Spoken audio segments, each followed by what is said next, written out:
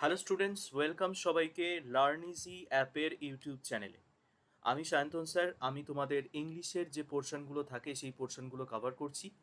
তো আজকে আমরা যে সেশনটা শুরু করছি এটা হচ্ছে আমরা বলতে পারি যে রিসেন্ট যে পরীক্ষাগুলো হচ্ছে স্টাফ সিলেকশন কমিশন এবং সামনে পিএসসি ক্লার্কশিপ বা মিসলেনিয়াসের পরীক্ষা আছে আমরা জানি। তো এই পরীক্ষাগুলোতে আমরা দেখতে পাচ্ছি যে যে ভোক্যাবুলারি সেকশনটা থাকে, অর্থাৎ synonym antonym, one word substitution, idioms, ঠিক আছে, এই যে পার্সেন্টেজটা থাকে, একটা ভোক্যাব সেকশন আমাদের ডেফিনেটলি থাকে। তো সেখানে যে লেটেস্ট পরীক্ষার 2023 সালের এবং 2024-এর যে ফার্স্ট হাফটা আমাদের গেছে, তো সেখানে যে ভোক্যাবুলারির কোয়েশ্চেনগুলো বারবার করে এসেছে, রিপিট করেছে এবং বেশ কিছু নতুন প্রশ্ন আমরা দেখতে পাই, সেই সেকশনগুলো নিয়ে আমরা একটুখানি আলোচনা করব যে একদম লেটেস্ট এসএসসির পরীক্ষাতে এবং পিএসসির পরীক্ষাতে কি কি প্রশ্ন আসছে এবং যেগুলো বারবার রিপিট করছে এবং রিপিট করার প্রবাবিলিটিও অনেক বেশি, সেই কোয়েশ্চেনগুলো নিয়ে আমরা এই সিরিজটাতে আলোচনা করব। তো আজকে ভোক্যাবুলারি সেশনের আমরা বলতে পারি যে vocabulary session from SSC exam 2023 তার পার্ট ওয়ান। তো পার্ট ওয়ানে আজকে আমরা আলোচনা করছি ওয়ান ওয়ার্ড সাবস্টিটিউশন নিয়ে, অর্থাৎ এক কথায় প্রকাশ নিয়ে। চলো দেখে নিই আমাদের প্রথম কোয়েশ্চেন আজকে কি আছে। ফার্স্ট কোয়েশ্চেন যেটা আমরা দেখতে পাচ্ছি সেটা হচ্ছে সিজিএল টায়ার 2023-তে এসেছে, যে বলছে there is a place for grains in the backyard of this house. ঠিক আছে, এই বাড়ির যে ব্যাকইয়ার্ড আছে সেখানে একটা শস্য ভাণ্ডার আছে, ঠিক আছে, শস্য রাখার জায়গা আছে। তো এখানে অপশন দেখতে পাচ্ছি ডরমিটারি, এপিয়ারি, গ্রেনারি অ্যান্ড আর্কাইভ। এবার ডরমিটারি অবশ্যই হবে না, কেননা ডরমিটারি মানে হচ্ছে প্রচুর লোকের একসঙ্গে থাকার জায়গা, ঠিক আছে, মানে একটা বড় ঘর, সেখানে প্রচুর মানুষজন একসঙ্গে থাকছে, প্রচুর বেডস আছে, একে বলা হয় ডরমিটারি। নেক্সট হচ্ছে এপিয়ারি। এপিয়ারি হচ্ছে পাখিদের থাকার জায়গা, বার্ডস হ্যাবিট্যাট, ঠিক আছে, পাখিদের থাকার জায়গা বা হ্যাবিট্যাট ফর বার্ডস,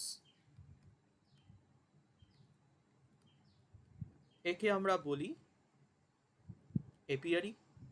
আচ্ছা, আর্কাইভে কি রাখা হয়? আর্কাইভে রাখা হয় হচ্ছে ডকুমেন্টস, ইম্পর্টেন্ট নথিপত্র বা ডকুমেন্টস রাখা হয় কোথায়? আর্কাইভে। তাহলে অবশ্যই আমাদের আনসার আমরা পেয়ে যাচ্ছি যে থার্ড অপশনটা আছে সেটা হচ্ছে গ্রেনারি। গ্রেনারি মানে শস্য ভাণ্ডার, যেখানে শস্য রাখা হয়ে থাকে। এইটা হলো আমাদের আজকের ফার্স্ট কোয়েশ্চেন। সব সময় সব কোয়েশ্চেনের উত্তর যে আমরা জানবো এমনটা নয়, কারোর পক্ষে সম্ভব নয় সমস্ত কোয়েশ্চেন জানা, সমস্ত ওয়ার্ডের মিনিং জানা, কিন্তু আমাদের অ্যাটলিস্ট অপশন দেখে দেখে এলিমিনেট করার চেষ্টা করতে হবে যে কোন কোন অপশন একদমই হতে পারে না। ঠিক আছে, মানে আমি পার্টিকুলার কোয়েশ্চেনটার মানে জানি না, এটা হতে পারে, কিন্তু বাকি যে অপশন থাকবে তার কোনো না কোনো শব্দের মানে তো আমি নিশ্চয়ই জানবো। কাজেই সেই শব্দগুলো যেগুলো হবে না সেগুলোকে প্রথমেই ব্যাক ক্যালকুলেশন করে আমরা এলিমিনেট করার চেষ্টা করব যে এইগুলোর আনসার হতে পারে না। তাহলে আমাদের কি হবে? আমাদের অপশন বা চয়েসের জায়গাটা ছোট হয়ে আসবে, ফলে আমাদের রিস্ক কম থাকবে আনসার করার ক্ষেত্রে এবং নেগেটিভ মার্কিংয়ের প্রবাবিলিটিও আমরা অনেকটা রিডিউস করতে পারবো। ঠিক আছে, তাহলে প্রথম কোয়েশ্চেন আমরা দেখে নিলাম অপশন থ্রি। তোমরা যখন ভিডিওটা দেখবে অবভিয়াসলি তোমরা চেষ্টা করবে যে আনসার করার। ঠিক আছে, চলে আসছি পরের কোয়েশ্চেন। কোয়েশ্চেন নাম্বার টু কি বলছে? কোয়েশ্চেন নাম্বার টুতে বলা হচ্ছে she was known for her ability to communicate effectively and express herself clearly in writing and speaking. সে কি কারণে পরিচিত ছিল? যে সে যখন কোনো কথা বলবে, অর্থাৎ কোনো লোকের সাথে কমিউনিকেট করবে, সে অবশ্যই খুব ভালোভাবে নিজেকে এক্সপ্রেস করতে পারে, ভালোভাবে কথা বলতে পারে। এই যে এবিলিটিটা, যে ভালো করে লোকের সাথে কমিউনিকেট করা, পরিষ্কার করে নিজেকে এক্সপ্রেস করা, একে কি বলা হয়?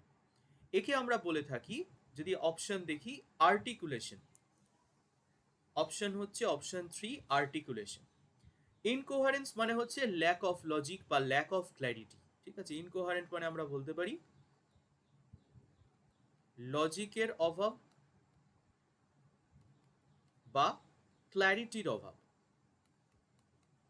ঠিক আছে, র্যাম্বল করছে মানেও সে আর কি এমনভাবে কথাটা বলছে যেটা ক্লিয়ার নয়, র্যাম্বলিং। ঠিক আছে, ঠিক আছে, ইললজিক্যাল কথা বলা বা আনরিজনেবল কথা বলা, এটাকে র্যাম্বল করা বলে। আবার মাম্বল করা মানে হচ্ছে অস্পষ্টভাবে কথা বলা, সে যে কথা বলছে সেটা অডিবল নয়। ঠিক আছে, মাম্বল করা মানে হচ্ছে স্পিক ইন অ্যান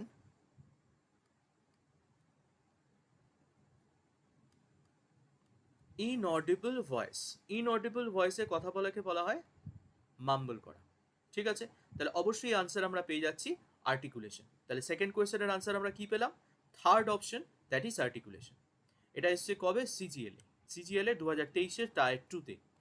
চলে আসছি থার্ড কোয়েশ্চেন। থার্ড কোয়েশ্চেন আমরা পাচ্ছি সিপিও থেকে। সিপিও পরীক্ষা তোমরা জানো এসএসসি কন্ডাক্ট করে, তার টিয়ার 2 কোয়েশ্চেন কি বলছে? A person who has excessive admiration of themselves, অর্থাৎ নিজেকে অতিরিক্ত অ্যাডমায়ার করে, নিজেকে অতিরিক্ত ভালোবাসে। নিজেকে অ্যাডমায়ার করা খুব ভালো জিনিস, নিজেকে ভালোবাসা খুবই ভালো জিনিস, কিন্তু এক্সেসিভ মানেই হচ্ছে যতটা হলে ঠিকঠাক হয় তার থেকে বেশি। এক্সেসিভ কথাটা কিন্তু more than required, more than necessary. তো যতটা পর্যন্ত তুমি নিজেকে অ্যাডমায়ার করতে পারছো সেটা ঠিক আছে, কিন্তু অতিরিক্ত কোনো কিছুই ভালো নয়। নিজেকেও অতিরিক্ত অ্যাডমায়ার করা, নিজেকে অতিরিক্ত ভালোবাসা ঠিক নয়, কারণ সেক্ষেত্রে অন্যের প্রতি মনোযোগটা থাকে না, অন্যের প্রতি আমার অ্যাটেনশন আর থাকবে না। তো যে পার্সনের মধ্যে এই ব্যাপারটা থাকে তাকে কি বলা হয়? মনে রাখবে, তাকে বলা হয় নার্সিসিস্ট। ঠিক আছে, যে নিজেকে অতিরিক্ত ভালোবাসে, অতিরিক্ত অ্যাডমায়ার করে, তাকে বলা হয় নার্সিসিস্ট। রাইট? আচ্ছা, বাকি অপশন যদি আমরা দেখি, ইগোটিস্ট। ইগোটিস্ট মানে হচ্ছে নিজের সম্পর্কে কথা বলতে ভালোবাসে। ইগোটিস্ট মানে মনে রাখবে,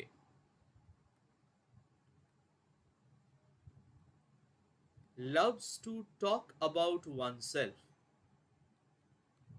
loves to talk about oneself, তাকে আমরা বলছি ইগোটিস্ট। ঠিক আছে, আচ্ছা, ইগোসেন্ট্রিক মানে আমরা এক কথায় বলতে পারি সেলফিশ পারসন। সেলফিশ পারসন নিজেকে নিয়ে থাকে, আত্মকেন্দ্রিক। ঠিক আছে, সেলফিশ, যাকে আমরা ইগোইস্টও বলে থাকি। আর ফেনাটিক মানে হচ্ছে কোনো কিছু নিয়ে অতিরিক্ত, ধরা যাক আমরা বলি যে উৎসাহী। ঠিক আছে, ইরেশনাল এনথুজিয়াজম। ঠিক আছে, ফ্যানাটিক মানে আমরা বলতে পারি ফুল অফ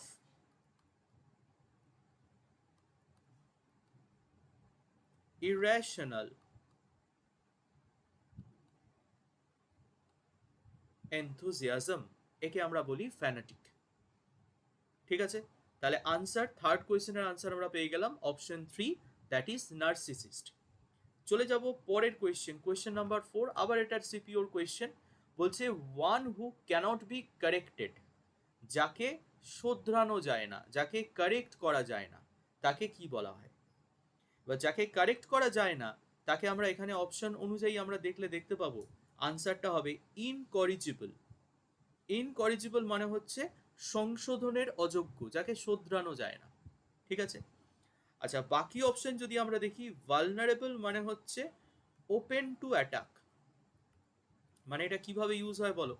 ধরো আমি বললাম he is vulnerable to cold, মানে ঠান্ডা তার খুব সহজে লেগে যায়, একটু কিছু হলেই তার ঠান্ডা লেগে যায়, একটু কিছু হলেই তার অ্যালার্জি হয়ে যায়। তার মানে কি, he is very vulnerable to dust, vulnerable to cold, এরকম। ঠিক আছে, আচ্ছা, ভার্সেটাইল মানে আমরা মনে রাখবো, ভার্সেটাইল কথাটার মানে হচ্ছে কি, মাল্টি ট্যালেন্টেড। মাল্টি ট্যালেন্টেড অর্থাৎ যার বহুমুখী প্রতিভা আছে, বিভিন্ন বিষয়ে সে ট্যালেন্টেড, তাকে বলা হয় ভার্সেটাইল। আর ইনডিফ্যাটিগেবল মানে হচ্ছে, ফ্যাটিগ মানে কি, ক্লান্তি। তাহলে ইনডিফ্যাটিগেবল মানে হচ্ছে যে সহজে ক্লান্ত হয় না। ঠিক আছে, যে সহজে ক্লান্ত হয় না, one who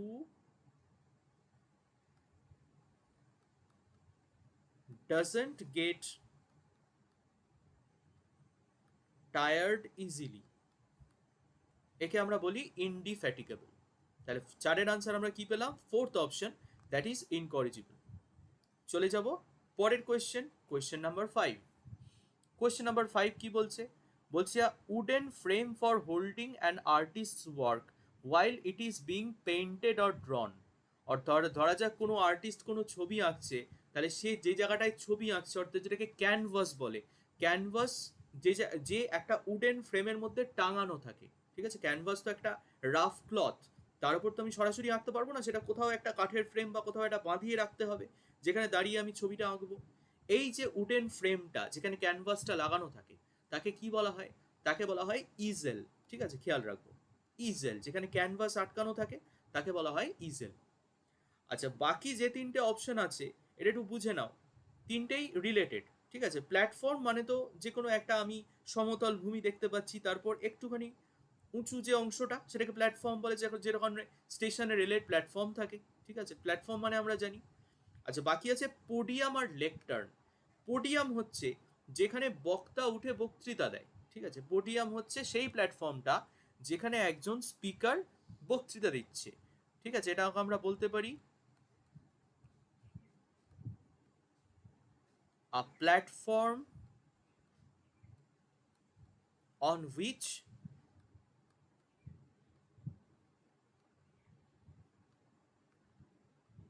the speaker delivers his speech, একে আমরা বলি পোডিয়াম।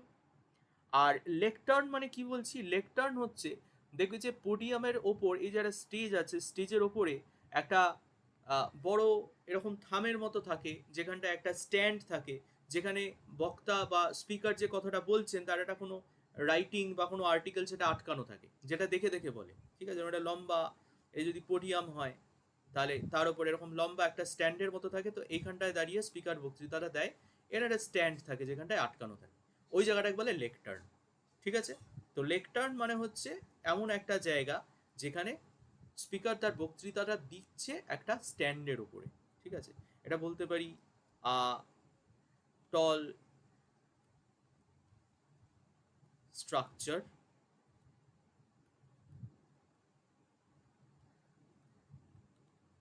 before which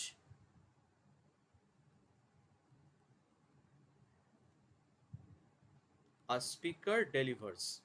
ঠিক আছে, এই টল স্ট্রাকচার যেখানে একটা স্ট্যান্ডের মতো লাগানো থাকে, যেখানে উনি হয়তো কিছু দেখে পড়ছেন, সেই মেটেরিয়ালটা আটকানো থাকে, এটাকে লেকটার্ন বলা হয়। ঠিক আছে, খেয়াল রাখবো জায়গাটা। পাঁচের আনসার তাহলে হয়ে গেল ওয়ান। চলে আসছি সিক্স কোয়েশ্চেন। সিক্স কোয়েশ্চেন বলছে one who is skilled and eloquent in public speaking. ঠিক আছে, অর্থাৎ যে খুব ভালো কথা বলে। ঠিক আছে, পাবলিক স্পিকিং এর ক্ষেত্রে খুব ভালো, তাকে বলা হয় ওরেটর। তাকে বলা হয় ওরেটর। ঠিক আছে, পাবলিক স্পিকিং এর ক্ষেত্রে যে খুব ভালো বক্তা তাকে বলা হয় ওরেটর। ঠিক আছে, স্পোক্স পার্সন মানে হচ্ছে মুখপত্র, অর্থাৎ কারুর হয়ে কেউ কোনো কথা বলছে তাকে স্পোক্স পার্সন বলে। আর লেকচারার আর অ্যাক্টর তো আমরা জানি। চলে আসবো next question, question number seven. Seven কি বলছে? সেভেন বলছে যে a statement open to more than one interpretation, এমন কোনো স্টেটমেন্ট বা এমন কোনো বক্তব্য যেটার ইন্টারপ্রিটেশন একের বেশি হতে পারে। মানে একদম ক্লিয়ারলি লিউসিডলি আমি বলছি যে এইটাই এর মিনিং হবে সেটা নয়, এছাড়াও অন্যরকম ব্যাখ্যা হতে পারে। মানে ব্যাপারটা খুব স্পষ্ট নয়, more than one interpretation possible, তাকে আমরা বলছি অ্যাম্বিগিউয়াস। ঠিক আছে, অ্যাম্বিগিউয়াস মানে হচ্ছে অস্পষ্ট বা যার মিনিংটা ক্লিয়ার নয়, একের বেশি ইন্টারপ্রিটেশন হতে পারে। আচ্ছা, এক্সপ্লিসিট মানে হচ্ছে ক্লিয়ার। ঠিক আছে, এক্সপ্লিসিট মানে হচ্ছে ক্লিয়ার। প্যালপেবল আর ট্যাঞ্জিবল, এই দুটো শব্দ সিমিলার, এর মানে হচ্ছে এমন কিছু যেটাকে টাচ করা যায়। তাহলে এর মানেটা আমরা বলতে পারি